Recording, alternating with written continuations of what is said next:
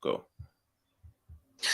All right, welcome to another episode of It's Debatable NBA Edition. I'm your host, Justin Jones, here with co host Sebastian, and we are talking NBA basketball. Before we even get into the finals, that is tied up 2-2 right now, game five tonight, ABC.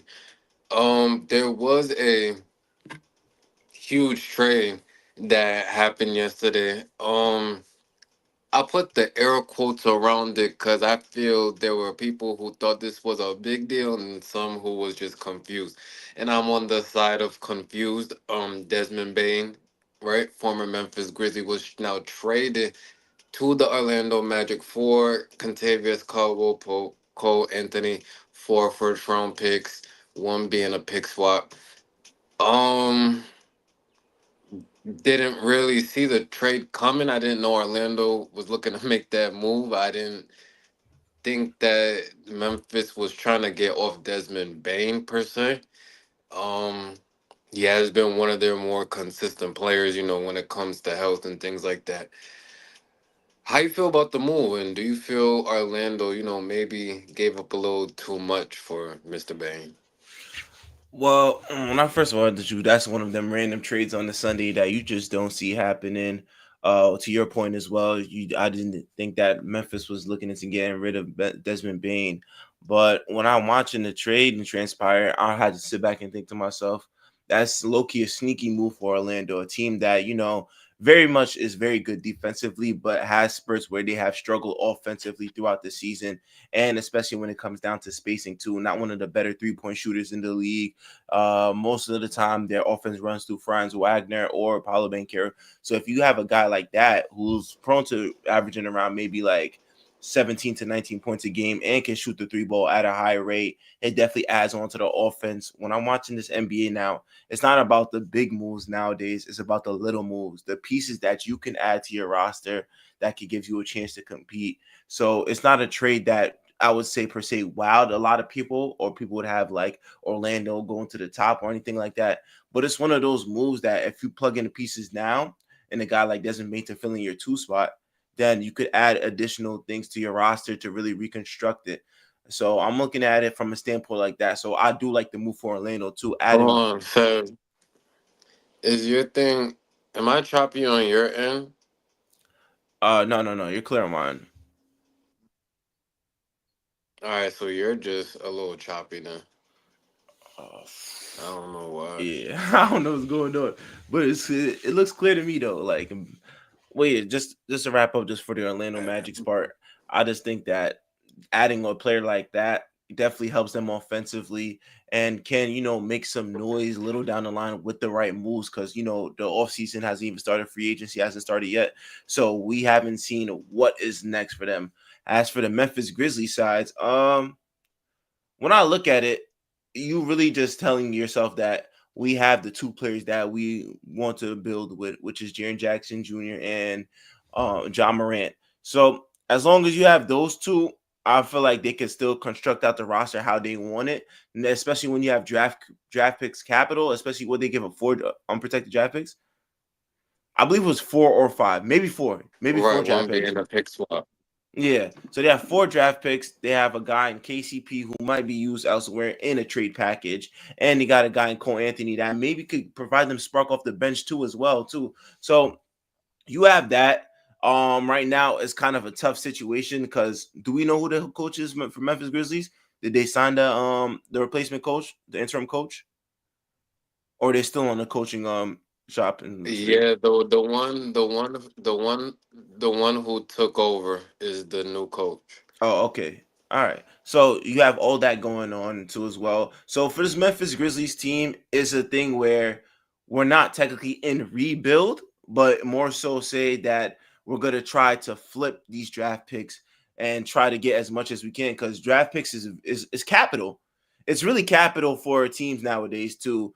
That if you need a player, maybe not a superstar player, but a star player or a player that fits the mold into the system of your team, draft picks is the best way to go. So I'm looking at that for the Memphis Grizzlies. The future is uncertain for them, but I'm not gonna say nothing yet, say or grade them based on this trade once I know the full construction of this roster and the direction that they want to go in. For me, I I don't know just how much does this push the needle for the Magic. Um, we seen them this year. You know, they gave a pretty tough fight to the Boston Celtics.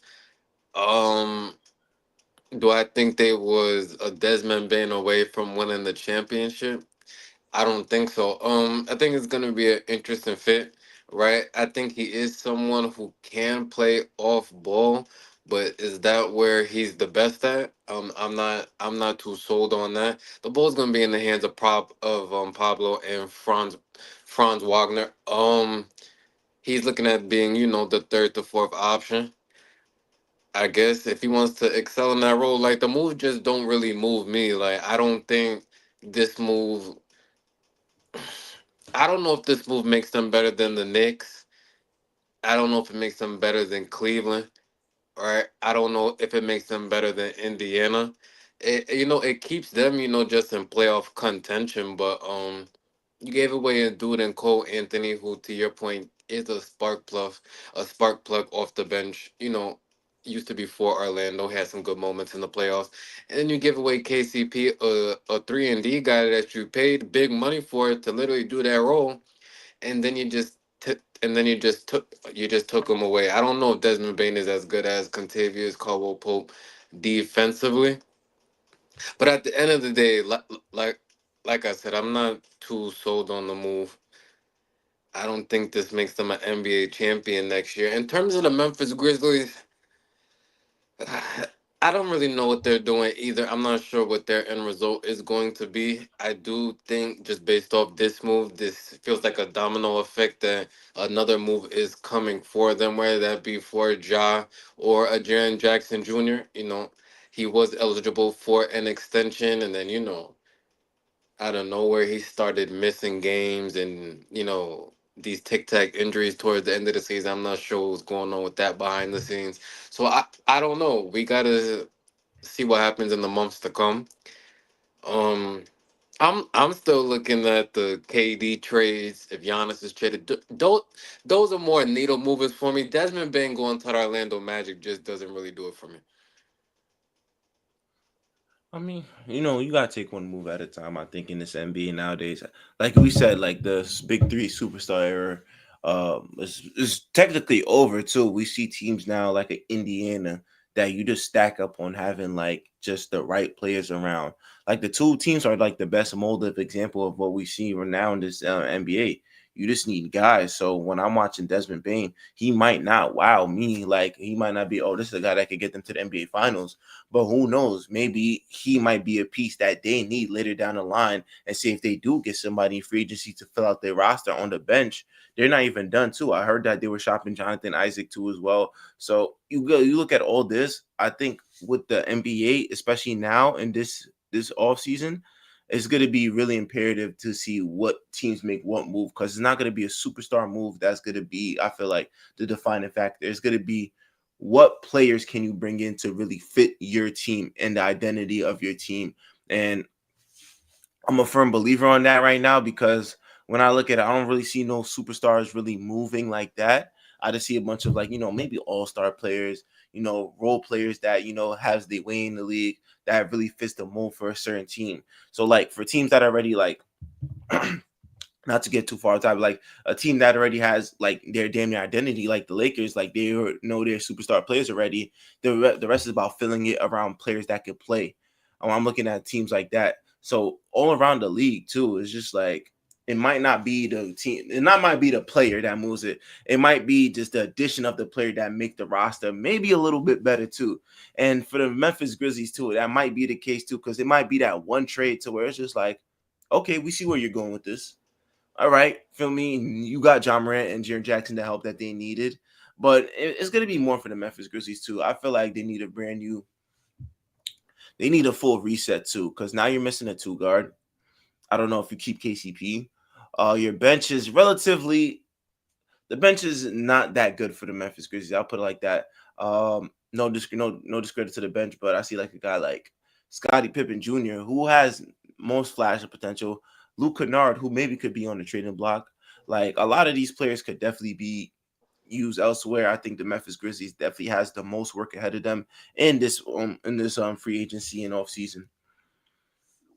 Yeah, yeah.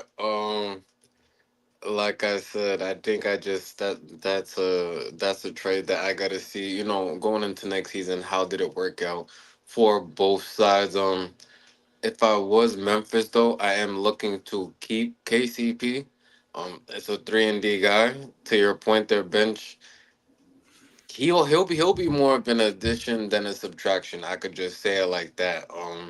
Same thing with Cole Anthony. Those should now be two rotation players off their bench.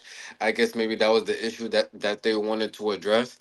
Ja just has to be healthy. Jaren Jackson is going to have to be healthy. If those are the two building blocks that you are going to be, working around, it's just going to be interesting to see. Um, Another person, likely to be on the move within the next couple of weeks, could be days.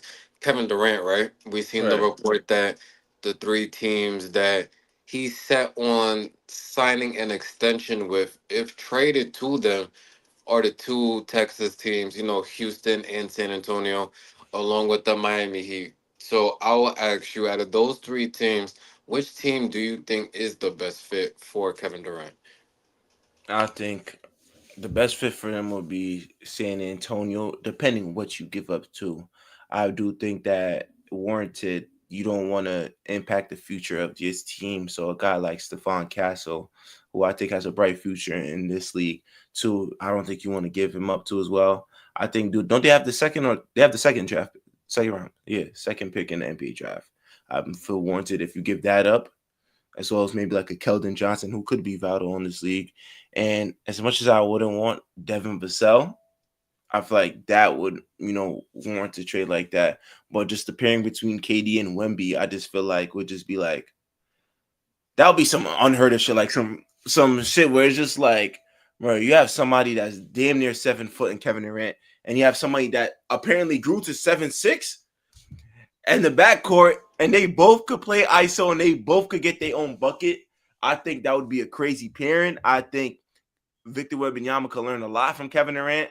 I think that the San Antonio organization sees it that way to where he could simplify his game. And Kevin Durant, who's better to teach how to simplify the game than one of the greatest scorers to ever play the game?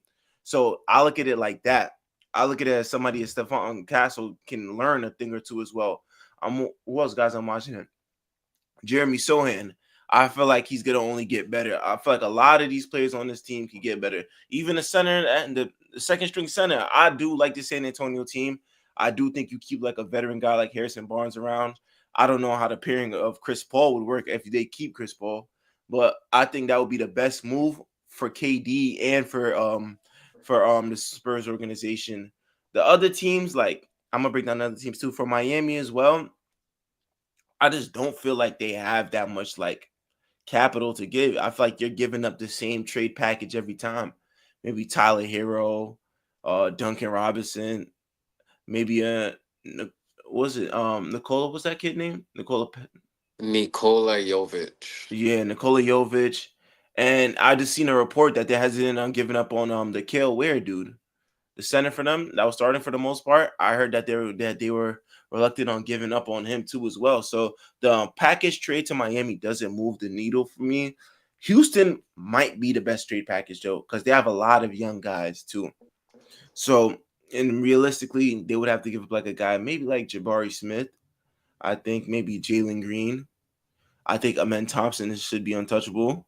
A lot. Yeah, they actually have a lot too. So realistically, would be the best results that Phoenix could get back and a bunch of young players would be Houston. But overall, what I would likewise, I think San Antonio fits the mold best for Kevin Durant this late in his career. Mm. San Antonio's interesting, but San Antonio's just an interesting team in general. You bring Kevin Durant to this team, to your point, I'm not sure what you give away, but then let's just say he's on the roster. You got another big three of Darren Fox, now Kevin Durant, Victor Wembanyama. somebody ain't touching that motherfucking ball. So I don't know. This is giving me vibes of just a big three again. I just don't know how it's gonna work. I'm traumatized from big threes. I just can't now see a big three and think because the names sound nice that is just gonna work, bro. I can't. I felt for that too many times, bro. I was one of the ones when Westbrook came to the Lakers. I was delusional. I'm like, yo, like we're gonna win a championship. Like, we literally have AD, Russ, and Braun, bro. We all remember the 360 picks, bro. Them taking Rondo. in media day, bro. Who I else no, they no, it's had? not about. No, no, it's not about Rondo. No, you killed it, bro. It's not about Rondo, bro. Nah, I'm talking about just the roster in general. When I seen that, I said this is a top 75 overall team. Rondo, Dwight, they signed Melo. I'm just saying of the big three. Don't talk about my old Lakers, bro. Before I turn up real quick, bro. Don't mention them. What a time to be Um. alive. So I just don't know. It's like I said, Wimby, KD, and Fox sounds good when you just say those names. I just don't know if that's gonna work on the coach, bro. I said on the coach, but I really meant on the court. But still, with the coach, they have a new, basically. Well, if you want to call him a rookie coach, he's been under the Popovich tree. But this ain't Greg Popovich coaching him. You're gonna have to learn how to manage all those personalities and/or egos, right? I just listen because you also got to think of that second overall pick, right? Because Right. now it's like if you draft right Harper, do you keep Darren Fox? I think you don't even draft. I think you just trade the draft pick away. So you're You don't. giving away the second pick. If I'm San Antonio, I'm not. I'm not trading for KD if I have to give up that second pick. No, So you're keeping like this. bro, Kevin Durant has led to. Can I want to ask you a question? Yo, shout out to Kevin Durant, bro. He's one of the best players I've ever seen, bro. But I'm just gonna ask you a question. When was the last time Kevin Durant has led to winning basketball? Winning basketball as in a championship or just like As deep you get playoff into run? the playoffs and having playoff success. I'd say Brooklyn, relatively. How many That years ago was that? how much years ago? That was 4 years ago. Alright, bro. I don't give a fuck about 4 years ago, bro. KD, I'm hanging up. KD's washed, bro. You want me to say it? You What? He's think washed. He's cooked. you He's think cooked he's right now, washed or the bro. setting around him was? Kevin Durant is cooked, bro. He's No, cooked. he's not cooked, bro. He's not cooked, He's bro. cooked, bro. You I'm put him in tired a of it. you put I'm him in a tired right of baby. setting. You know how I baby in these players, bro. Kevin Durant is I'm cooked, not bro. babying nobody. He's Kevin Durant is cooked. not cooked. He's No, no, no. bad That's a goods, bro. no, no, He's no, no, no, no, painted no, no, no, goods. no, no, no, no, no. Come Painted. on, come on, come on, come on, come on, Painted come on, come on, goods, come on, come bro. on, come on, come on. I'm tired of this, bro. You You put want me to Kevin start Durant in yelling, a right? better you I put don't. I Kevin don't Durant want in a Kevin better Durant. I don't situation. want Kevin Durant, bro. Kevin Durant is Kevin far from Durant want cooked. to play The man everywhere. averaged 28 points this season and he's I don't cooked. give a fuck what he averaged. The man averaged 28 points. When he gets to the playoffs, these young kids is killing that nigga. You He's forgot who cooked. else is on his team. No, no. I refuse to He's say Kevin. cooked. I refuse to say Kevin Durant's cooked. Maybe the situation is cooked, but Kevin Durant is far from cooked, bro. That is a Kevin walking 30 Durant is point, cooked. 30 point per game score, bro. We're not gonna do that. We're gonna put some respect on KD's name, bro. We know I what seen cook that is. nigga No, Anthony no, no, no, Edwards don't do laughing that. in that nigga's Don't face. do that. Don't do that, bro. We know KD is what cooked cooked. is. We know Westbrook what is cook. cooked. The whole old generation is cooked. We know what cooked is, bro. No, you know what cooked is. Trust me. You know what trash is when you see it. You know washed up when washed up is, bro. You telling me when you watch Kevin Durant play and he's hitting these tough back, you're like, that nigga still got it. He When still did he do got it? When? I don't know what it. you're talking about. He When did still he got make it, this bro. shot? When? Bro, all the time, bro. Listen, What bro. all the time? Okay, The I'm not talking about situation 2012, nigga. I I'm ain't not talking talking about about 20. 2012. What I'm we not talking talking about? about that. When? I'm talking about a When? guy that still averages 20, one of the purest basketball scorers of this time, of this era too, bro. You put Like, him in the right bro. situation. Wait, hold on. Stay with me. Stay with me. Stay with me. Stay with me. Don't raise the blood.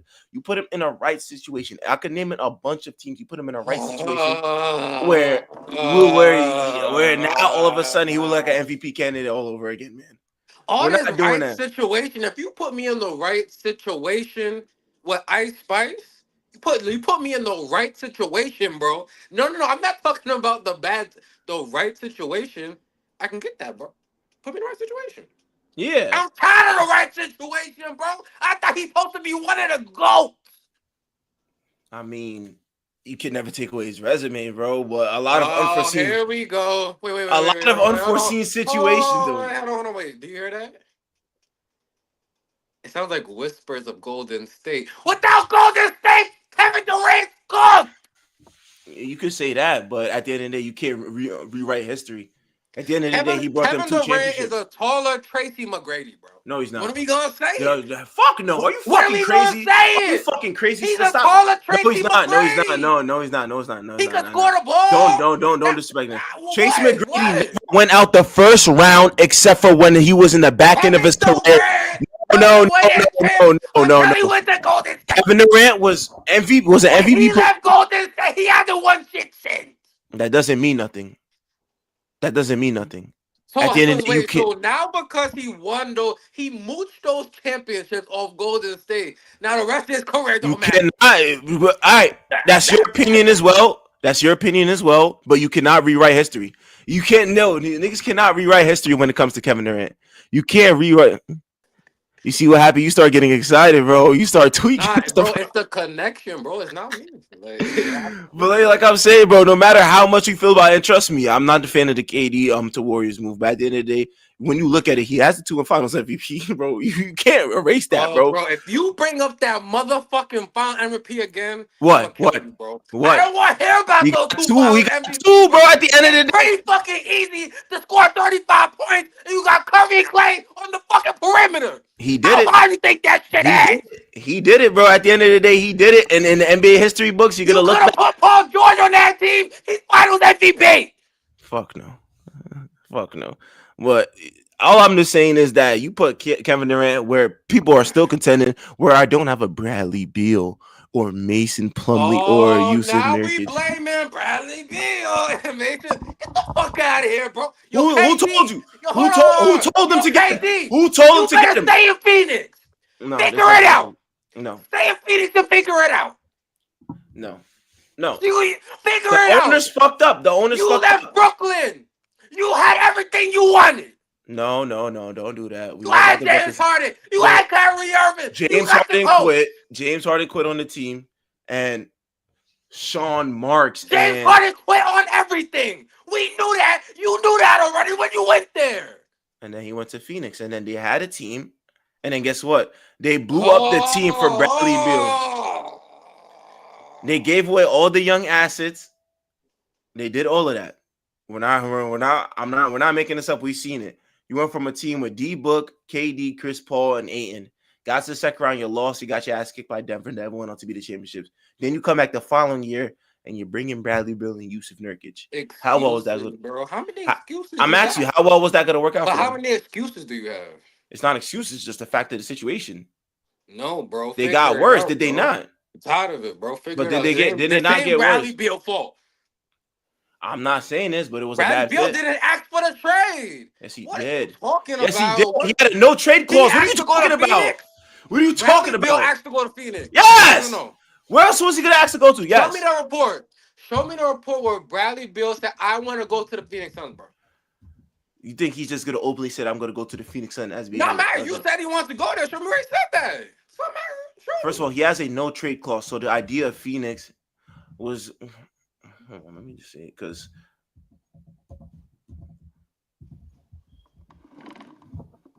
Yeah, I'm tired of Kevin Durant, bro.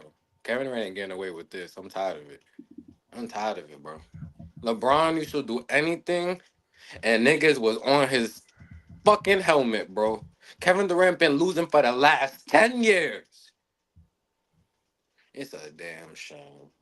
Yes, Bradley Beal did want to go to Phoenix. Initially, preferred destination was Miami, but his agent presented the Suns as a possibility. Okay, so right. So can I finish the report? He wanted to go to Miami. Can I finish the report? He said his preferred destination was Miami, but his agent presented the Suns as a possibility. And after learning more about the potential fit with Kevin Durant and Devin Booker, and their desires to make the trade work, Beal became excited about the opportunity.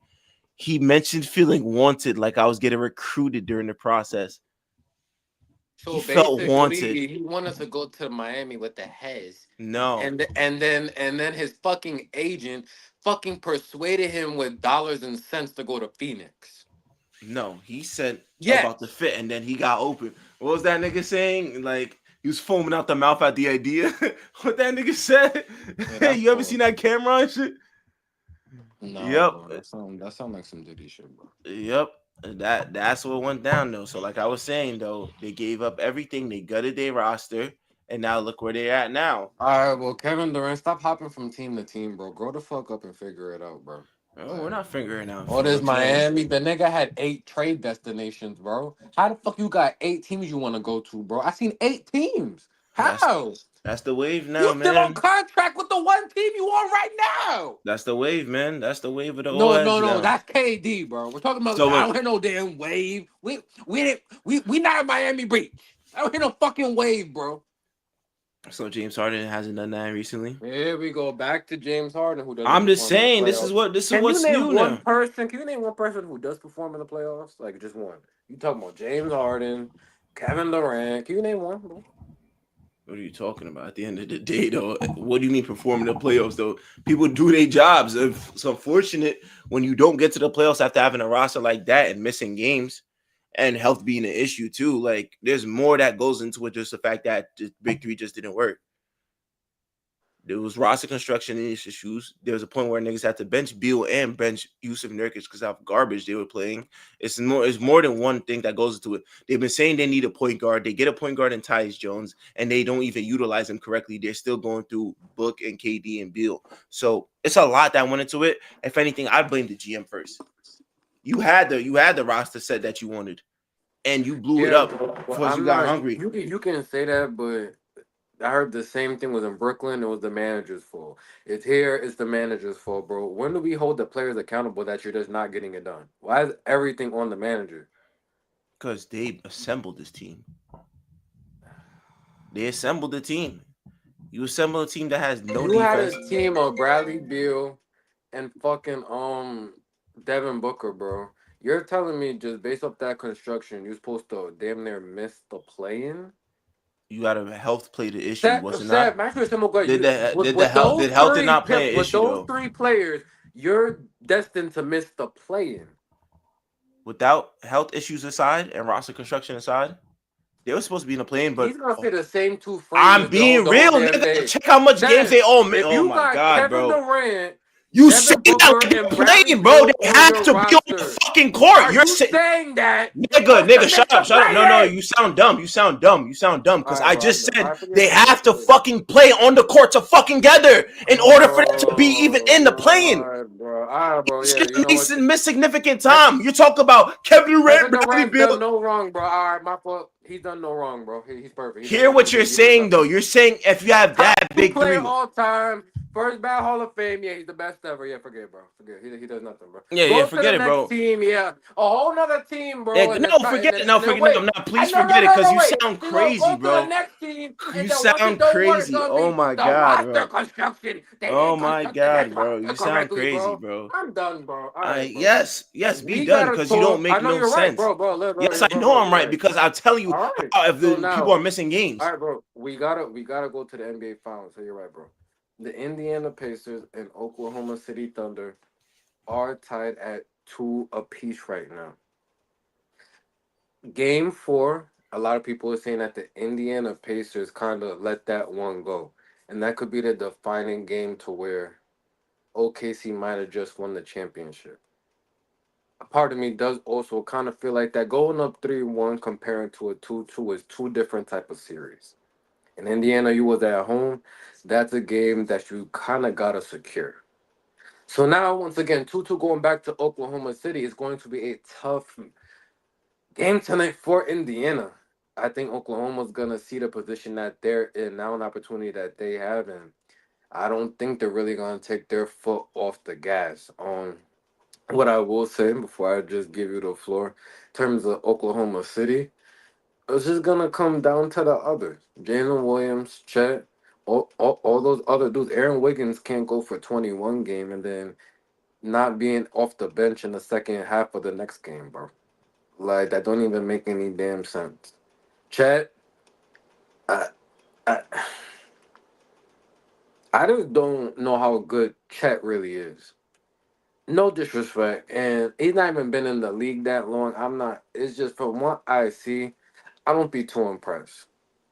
I need to see more want to, bro. If this dude was playing in the early 2000s, bro, I think he would have been out the league within 2 years, bro. He playing too soft for me sometimes, bro.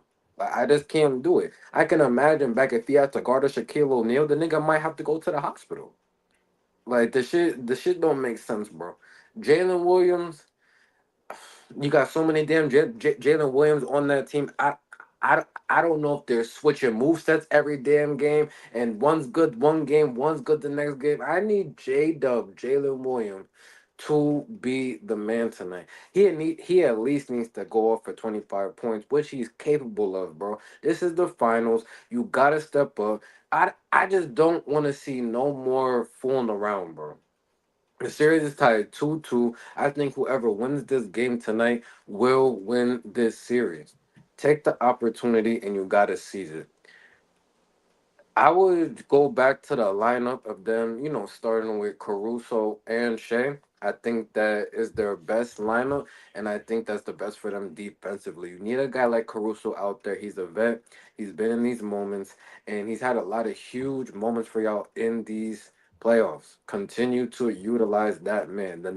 None of y'all have no other fucking experience. You almost just gave away the whole fucking series last game. In terms of the Pacers, Um, I heard Tyrese Halliburton talk this morning. He's saying he knows what this moment is and what's it gonna take. So I'm expecting at least 20 and 10 tonight, and that's the bare minimum. I don't want to see no wait until the second half to find the shot and Pascal Siakam carrying the whole team. That's just not gonna work, right? Miles Turner, I just need you to be a bit more aggressive, bro. You're not Dirk Nowitzki. All right, so the 5 threes a game and the allergic to the basket, I need you to be a little bit more aggressive.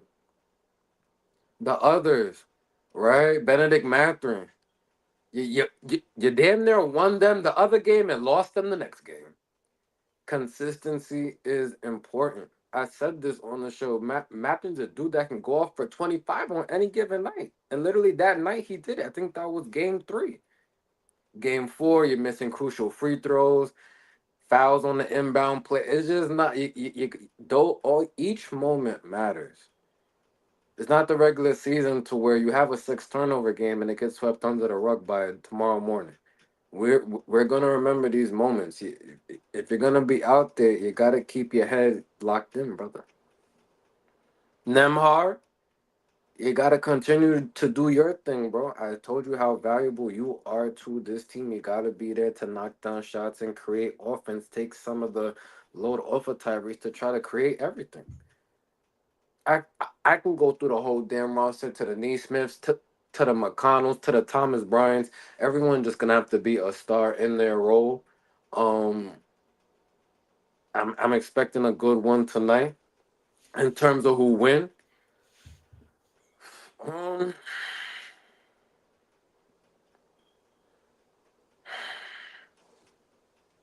mm, it's tough to call, but I'm gonna go with the team that I think will end up being the champion, which is the Indiana Pacers. So I think the Pacers win this game tonight, and they win Game 6 at home, and they close it out. I got the Pacers winning tonight. Ah, first of all, let's go back into Game 4. Was a Friday night, I believe. Uh, Great showing by the Pacers for damn near 3 quarters. For the most part, they were in a flow of things. The Obi Toppin, I'd say, has been one of the special players for them thus far in this playoffs, just hitting timely shots, being aggressive at the basket, catching lobs, even playing tenacious on defense. I'd like to start off by saying that shout out to Obi Toppin and just what he has done for this Indiana team thus far within this finals run too as well. When I'm watching it, the other guys too have stepped up relatively as well. I was looking at it. They take pride on defense. Their defense gradually has gotten better throughout the playoffs, and it showed there on Friday night for the most part. And I'm watching guys like Aaron Neesmith and Andrew Nimhart get into Shea Gilgeous space, making it tough for a guy like J Dub to get into a flow of things. Like I've seen a lot of times, like the Oklahoma City Thunder, they look like they were weak. Like this wasn't the Oklahoma City team that won like 67 to 68 games this year. Like they look like relatively shells of themselves, especially in the game 3 and game 4, actually. I'll put it like that. Like they were not themselves. I don't know if it was because of the crowd. The Indiana crowd was rocking and it might have gotten to them a little. Like they're caught in a moment. But once again, you got to reel yourself back in and realize this is the fucking finals. You're here for a reason and you're here to win the NBA championship. You're here to win the Larry O'Brien. So if you're over here and stuck in your head, it's not going to work. So the Indiana at times in that game 3 and 4, they were really in the Thunder's head because anytime that Oklahoma City had a miss, Indiana's converting on offense on the other end, and they're hitting back-to-back threes, timely threes, getting to the basket. A lot of that, like a lot of foul shots. Like when I'm looking at a guy like Benedict Mathurin, who did win in the game in game 3, who relatively played all right in game 4, getting to the basket, hitting these shots. I think that they just fell apart in the third quarter towards the end. Because I'm watching it, I'm looking at the game, and this is like maybe like 3 minutes left. Your best player in Shea Gilgeous had like 16 points in the third. And in my head, and I'm watching the game with Reem, I'm telling him, I'm just like, that's not going to get it done. Like Shea Gilgeous having anywhere less than 30 is not going to get it done. And we've seen that what happened in game 3. Finished with 26. I'm looking at that. I said, for your average, you're going to have to go a little bit beyond. And from what we've seen was a barrage of just Shea Gilgeous just having a definitive, like, it was a career game for him. Like, it's one of those games that he understands the importance of. If we lose this game, we go down 3-1 and we're putting ourselves in a tough position. But if we win this game, we go back 2-2 back to the crib and we have a chance to put ourselves up 3-2.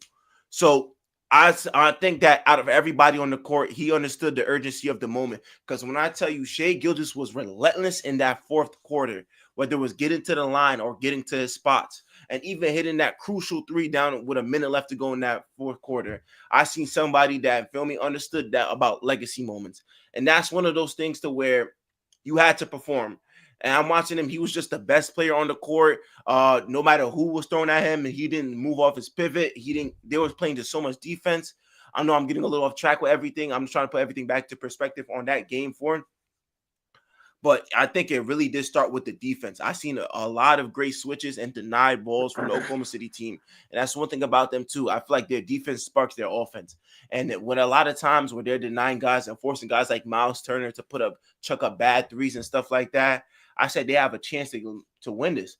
Because at a point, they will make their runs, and then Indiana will come back and they go back up 9 or go back up 11. And there was really no fear in them. And to a guy, to your point, who has been one of the most consistent guys for them, Alex Caruso, who more so has just really just been just that veteran experience that they need. And we talked about it too numerous times before.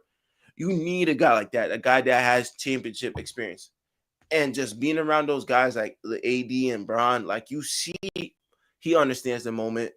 He understands what he needs to do for this team, the shots that he needs to make, the defense that needs to be played. He understands all of that very well, and it's shown from damn near this whole postseason. And for him to just add on additional to scoring to help Shea Gilgeous out has gone a long way. But moving on to game 5 tonight, you're going to need that and more. You're going to need just to don't even give Indiana a chance to make them feel like this is going to be a game. You got to hit the gas running, like all gas, no breaks with it. And I think they understand that. We understand that role players play better at home. Maybe a guy like Chet gets a little more aggressive within that game 5. Maybe we do see a guy like J-Dub actually perform rather than being a shell of himself. We need the J-Dub that came out in game 5 against the Minnesota Timberwolves. We need that where he had 34, but he was being aggressive. I think everybody just needs to get aggressive for this team in order to give them a chance of just blow them out, because don't even make it a close game. Because I feel like if Tyrese Halliburton, and he'll gradually get better. And this game is going to be an important game for Tyrese Halliburton. Because moving on to the Pacers side, I said this team is very good when Tyrese Halliburton scores 20 points or more. That's one thing I noticed about this team. When he scores anything less than that, it doesn't reflect who this team is. Because even though he is a hell of a passer and makes the right plays for others, when he's doing a combination of scoring and passing, it makes it very hard for the defense to just hone in on one person. A guy like Siakam or a guy like Neesmith or Nemhart. Like you have to really focus on him too as well. And he finished with 18, but I'm telling Rima, I'm just like, if he scores 20, they win. If he scores anything less than 20, and it's a proven fact, like I seen it, I believe they're 9-3 in the playoffs when Tyrese Halliburton scores 20. So I'm looking at it, I'm just like, yeah, he knows what he has to do. He's the engine of this team. He's the point guard. He's the one that has all the duties and has to really just step up. So tonight's game, that they even want to think about winning or making it a close one, Tyrese Halliburton has to be aggressive for a full 48 minutes shot hunting. I know sometimes we look at it as why is he being more aggressive? Why is he get to the basket? That's part of the defense too. Oklahoma City has a great scheme for them. But at the end of the day, if you're that superstar player, they need you, man. Like your team needs you now more than ever because this game 5 is so crucial, especially going into enemy territory, that you cannot show up less than anything short of a great game. Like if you lose and you had a great game, that's one thing. But if you don't show up for this game, Oklahoma City has a chance to go back to Indiana and really handle business over there too. But you have to make it a series. You have to make it a game. This game, and I think that's what the Pacers should do. Do I think that they win tonight? I don't think so. I just think that the momentum that Oklahoma City is going to have, and they're not really a team to lose back-to-back games. That's one thing I noticed about the team. They're not really a team to lose back-to-back games, so they're going to go in, they're going to handle business, and then we're looking at maybe a 3-2 to Oklahoma City. Yeah, I'm just gonna steal some information from Brian Windhorst.